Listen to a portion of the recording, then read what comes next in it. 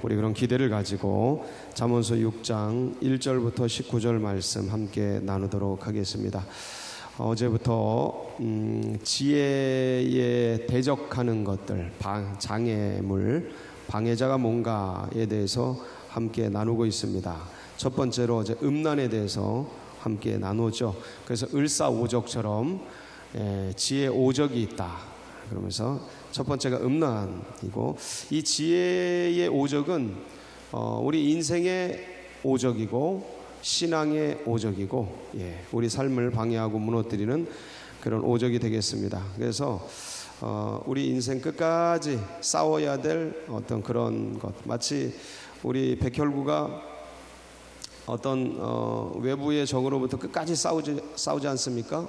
이런 면역 체계가 끝까지 작동을 하는데, 이게 약해지면 이제 암도 걸리고 병도 걸리고 이제 큰 병이 오고 그렇지 않습니까? 마찬가지입니다. 이게 면역, 대적, 영적 긴장 이런 것들이 우리 몸에 꼭 필요하고 우리 영에 꼭 필요한 것이죠.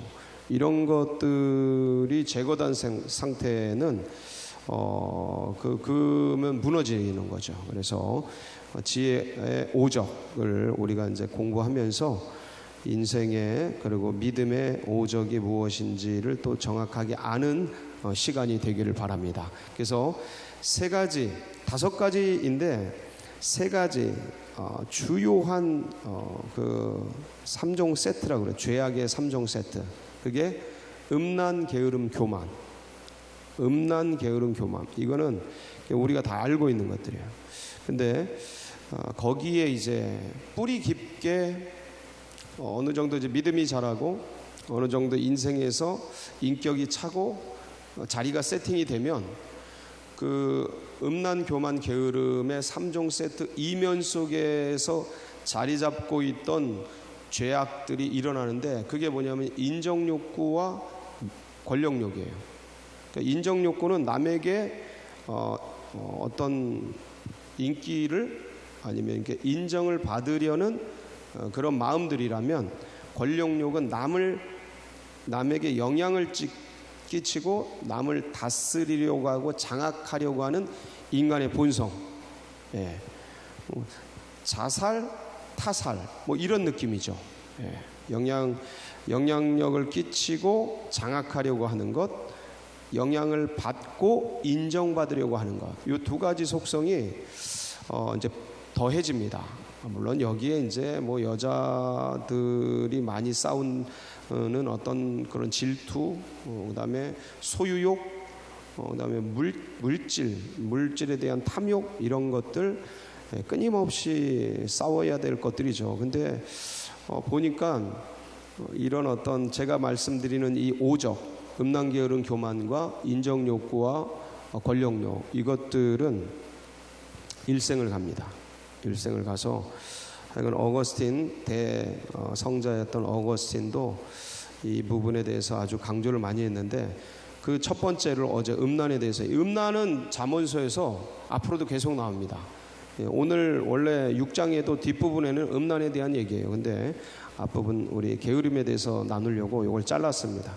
그래서 음란은 계속 반복해서 나오기 때문에 음란에 대한 부분들은 앞으로 계속 다루기로 하고, 오늘은 이제 몇 가지가 나오는데 몇 가지를 스케치하고 어떻게 우리가 지혜로 가는데 방해하는 것들이 있는가를 스케치를 하고, 그 다음에 이제 게으름에 대해서, 게으름의 본질이 뭔지, 영적으로 이런 것들이 어떤 의미가 있는지, 그리고 어떻게 방해하는지를 우리가 살피고, 그러면 게으름을 이기고 우리는 어떻게 극복해 나갈지를 같이 돌아보면서 은혜를 받는 시간 갖도록 하겠습니다. 첫 번째 보면 오늘 보증에 대한 얘기 나옵니다. 이건 죄는 아닙니다. 죄는 아닌데, 근데 지혜를 무너뜨리는 죄악에 빠지게 하는 그런 어떤 속성 중에 하나가 이 보증이에요. 보증. 내 아들아, 네가 만일 이웃을 위하여 담보하며 타인을 위하여 보증하였으면, 보증에 대한 거죠. 담보물을 제공하고 보증이 되는 겁니다.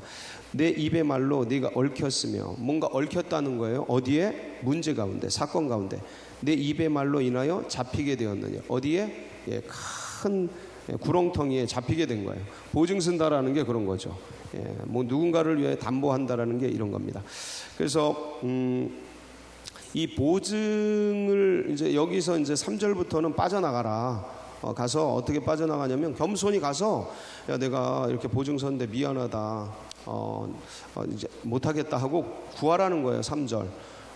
네가 잠자지 말고 급히 가서 이거 보증 섰다면 빨리 가서 네가 무슨 일 때문에 그 어떤 관계 속에서 어쩔 수 없이 보증을 쓴 것 같은데 빨리 가서 잠자지도 말고 그래서 풀어라. 사냥꾼의 손에서 그물 치는 자의 손에서 벗어난 것 같이 너 자신을 구원해라. 보증이라는 게 그런 거다. 사냥꾼의 손에 들어가는 것처럼 그물에 얽히는 것 같은 게 보증이다 라는 겁니다. 보증을 왜 서지 말아라고 말아야 하는지에 대해서 말아야 할 것에 대해서 성경에서 얘기하고 있는가? 왜 그럴까요? 여러분, 이 보증이라는 게 뭐냐면 결국 보증은 크게 두 가지 아닙니까? 재정보증하고 신원보증. 그러니까 돈에 대해서, 사람에 대해서 내가 보증하는 거 아니에요. 근데 이 보증이라는 게 결국 이 A라는 사람이 자기의 재정과 자기의 신원을 스스로 담보하지 못하니까 B라는 사람의 어떤 것을 가지고서 이 A라는 사람의 신원과 재정을 뒷받침하려고 그러는 거잖아요. 그렇죠? 그러면 여기서 문제가 되는 게 뭐냐면 뭐 애들이나 뭐 학생들은 그렇게 문제가 안 됩니다. 성인이 됐는데 자기의 재정과 자기의 신원을 스스로 보증하지 못한다. 이거 자체가 문제인 거예요.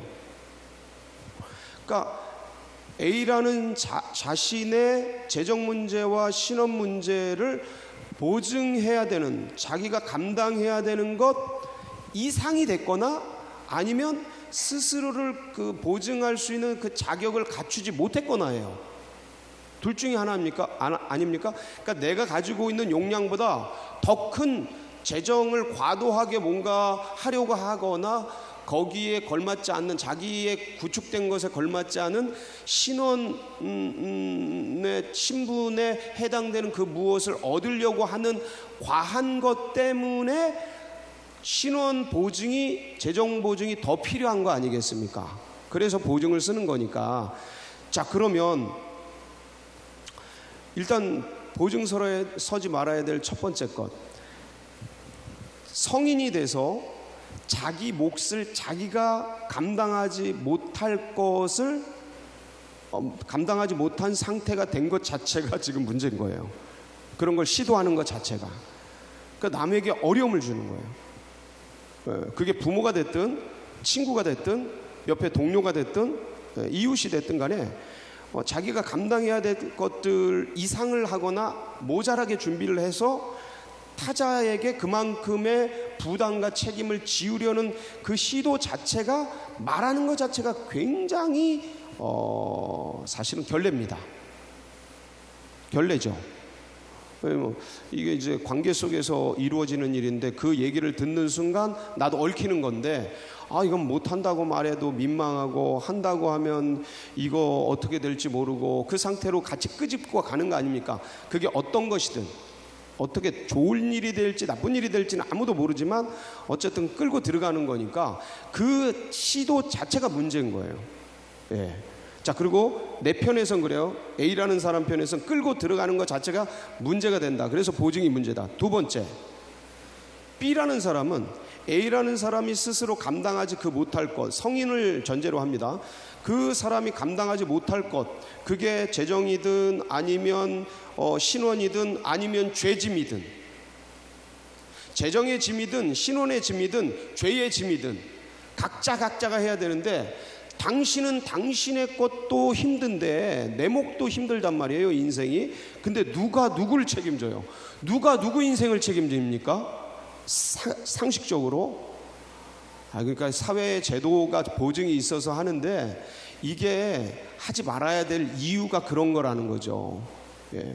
일단 보증 제도 자체가 문제가 있다. 추천은 다릅니다. 보증하고 추천은 달라요. 추천은 내가 알고 있고 그래서 천거하는 거예요. 이 사람 여기에 적합하다. 보증은 무슨 일이 일어날지 몰라요. 무슨 일이 일어날지 몰라요. 근데 그걸 감당하겠다는 책임 끌어안는 거죠. 근데 내가 내 스스로를 책임 못 져가지고 지금 그 감당할 부분을 누구한테 요청하는 건데 그걸 누가 대신할 수 있습니까?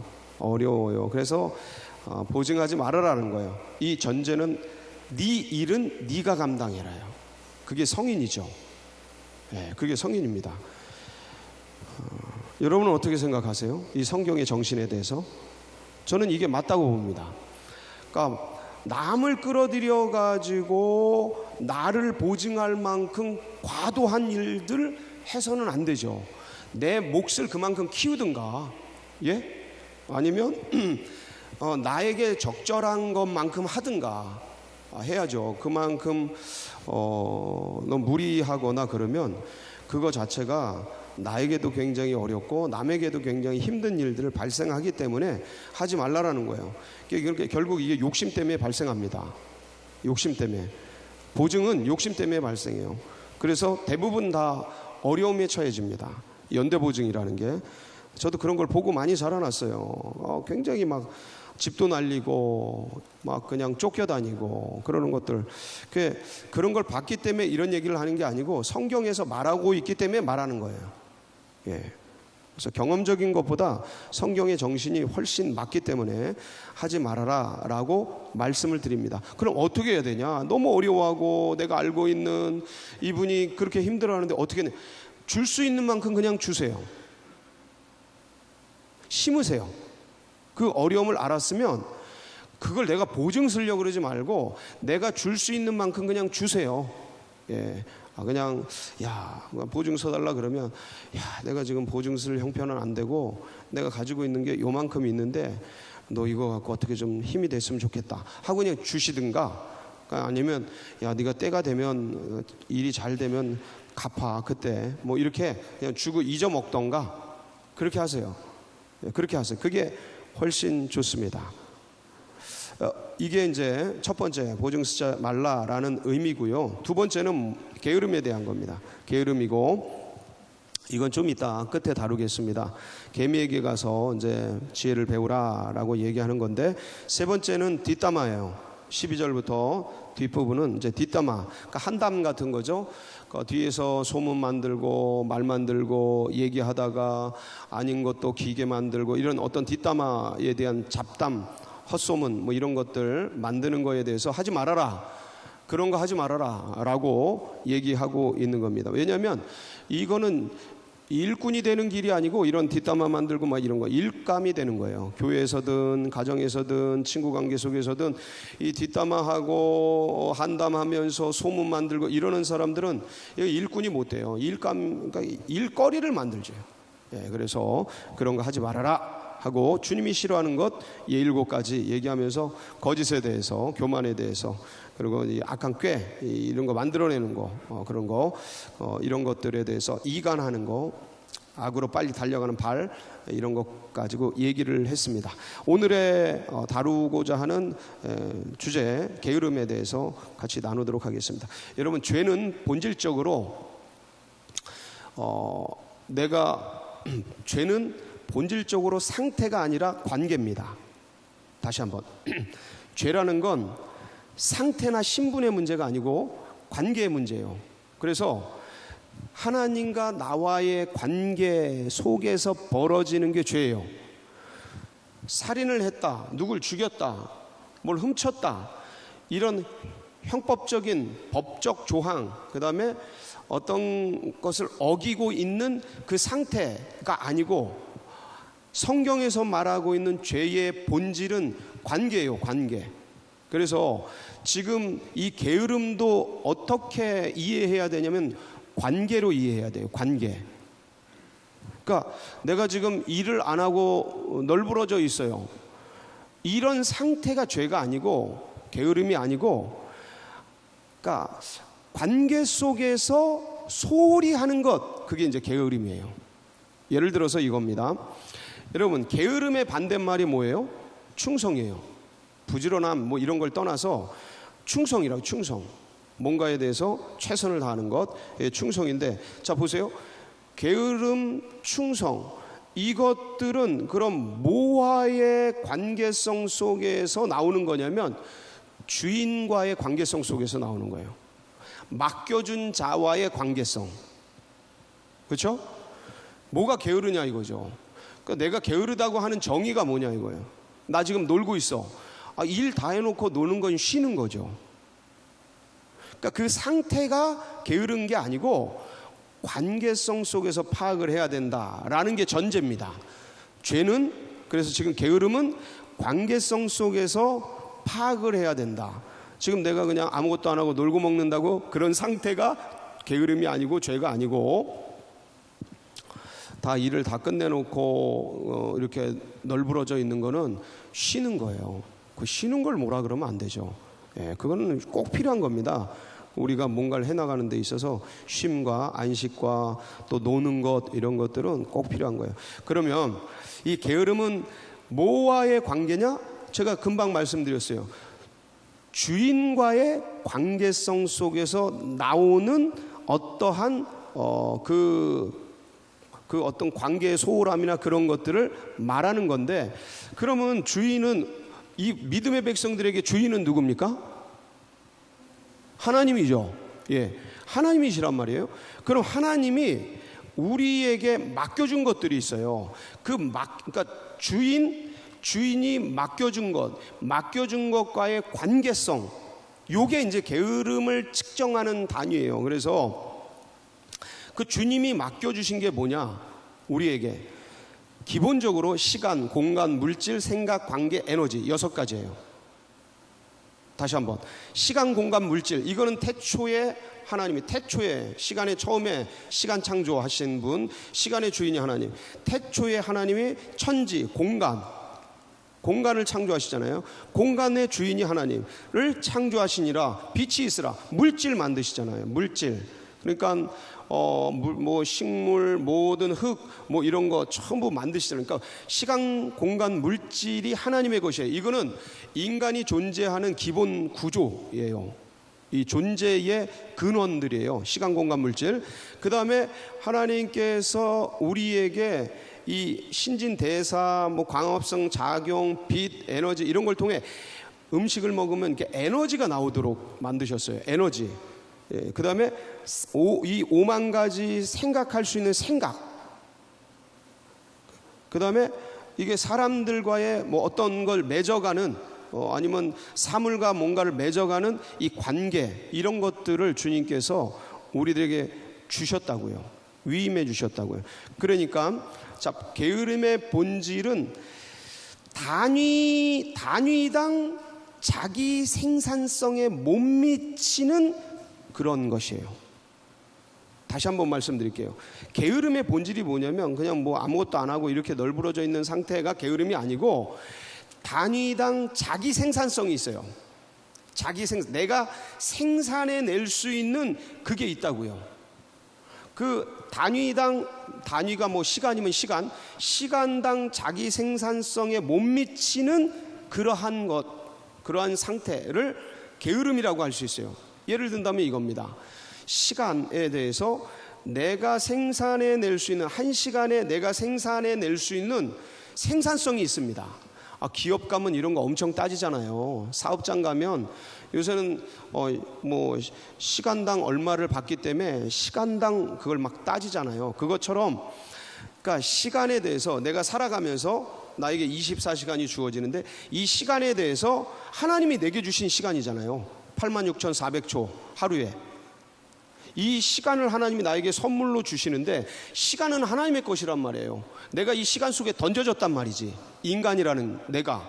그리고 하나님이 주어진 시간과 내가 관계 맺으면서 살아가는데, 이 시간에 대해서 내가 얼마나 충성하느냐, 이 충성도가 시간 주어진 것에 내가 단위당 생산성, 자기 생산성이 있어요. 다 달라요. 다 달라. 물론 더 내가 열심히 해서 내 시간 단위당 생산성을 늘려가야 되죠. 이게 성장이라는 거예요. 발전이라는 건데 그건 각자의 몫이고 지금 내가 생산해낼 수 있는 나의 분량이 있다고요. 다 달라요. 애기들도 있고 학생들도 있고 청년들도 있고 뭐 우리 장년들도 서로 환경과 상황 따라 다 다른데 자기의 생산성이 있는데 거기에 못 미치는 것, 그걸 게으름이라 그래요. 그건 누구만 알아요? 그건 자기만 알아요. 누구 앞에서? 하나님 앞에서. 하나님이 시간 맡겨주셨잖아요. 근데 그 시간에, 그 하루의 시간에, 오전에 애들 다 보내놓고 9시부터 12시 사이에 이 시간 주어진 것에 하나님 앞에 내가 생산해내야 될 게 있어요. 해내야 될 게 있어요. 그런 것들이 있단 말이에요. 근데 그것에 대해 생산해내는 게 별로 이렇게 없을 때 그걸 게으르다라고 말해요. 근데 그걸 누가 안다고요? 자기만이 알아요. 널브러져 있다고 게으른 게 아니고 어쩔 땐 그게 꼭 필요한 사람일 수 있어요. 그런 거 갖고 어떤 그 사람의 상태나 행동을 보고 그렇게 판단할 수 없고요. 그래서 단위당 자기 생산성에 못 미치는 것이 되지 않도록 하나님 앞에서 열심히 하는 것, 이게 이제 충성이고, 그것을 인식을 잊어버리는 거. 그러니까 주인을 잃어버리고 내가 열심히 내 주어진 시간 속에서 뭔가를 만들어내. 그거는 충성이 아니에요. 누굴 잃어버려서? 주인을 잃어버린, 주인의 뜻에 안 맞는 거는, 그거는 아무리 열심히 해서 그 1시간 내에 남들이 3개 만드는데 난 300개 만들어냈어도 그건 주인의 뜻을 모르기 때문에 그건 게으른다고 욕먹어요. 게으르다고 욕먹는다고요. 나중에 악하고 게으른 종아 이렇게 혼난다니까요. 악하고 게으른 종아.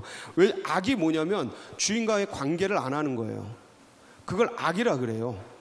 자기 스스로 만든 제 소견에 옳은 대로 거길 가는 거예요. 그래서 이 신앙도요, 내가 만든 신앙세계, 내가 만든 그 어떤 믿음 체계 가지고 사는 분들도 많이 계셔요. 기도원이나 이런 데 가보면 아주 독특한 신앙들 많습니다. 그런 분들 보면 자기 세계가 뚜렷한데, 와, 저거 어떻게 해야 되나. 하여간 그런 것 중에 과도하게 나간 게 이단이죠. 그분들 신앙이 얼마나 열심인데요. 그게 바리새인이죠. 그게 서기관이고 대제사장이고 얼마나 열심인데요. 그거를 주님이 막 뭐라 그러잖아요. 너네 일주일에 2번씩 금식하고 구제하고 막 이러는 거. 근데 그게 주인의 뜻, 주인과의 관계를 모른 채 딴 데서 열심히 한 거예요. 그거는 이제 혼나요. 악하고 게으르다고. 그래서 제일 전제가 주인과의 관계다. 거기서 주님이 맡겨주신 게 시간, 공간, 물질, 생각, 관계, 에너지, 이건데 내가 내 공간 속에서 효율을 얼마나 극대화하고 있는가, 자기 생산성, 이거를 스스로 파악할 줄 알아야 돼요.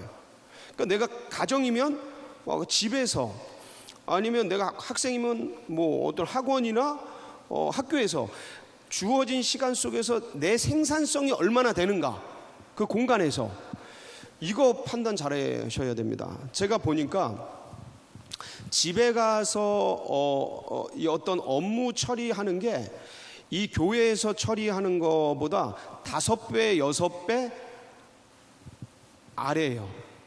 아래. 생산성이 안 나와요. 집에 가서 뭐 하려고 가면 교회에서 하는 거에 생산성이 한 5, 6배 차이가 나요. 잘 안 나오더라고. 그러니까 공간이 굉장히 중요해요. 공간이. 그래서 집은 확실히 쉬고 이렇게 아이들과 이렇게 부부간에 관계하고 그러는 곳이지 일을 하는 곳은 아니구나라는 걸 많이 느껴요. 그래서 그런 시간, 공간, 그리고 물질, 재정도 그렇죠. 재정도 투자 대비 그러니까 투자금이 나와야 되는데 그게 안 나오면 손실이잖아요. 똑같아요. 게으름이라는 게 결국은 손실이거든요. 시간의 손실을, 공간의 손실을, 물질, 생각, 관계, 에너지, 이런 것들의 단위당 자기 생산성을 여러분은 넘쳐서 하나님께 기쁨이 되고 부지런하고 착하고 충성된 종아하고 주님의 칭찬을 받는 그런 하루가 되시기를 축복합니다. 같이 기도하시겠습니다.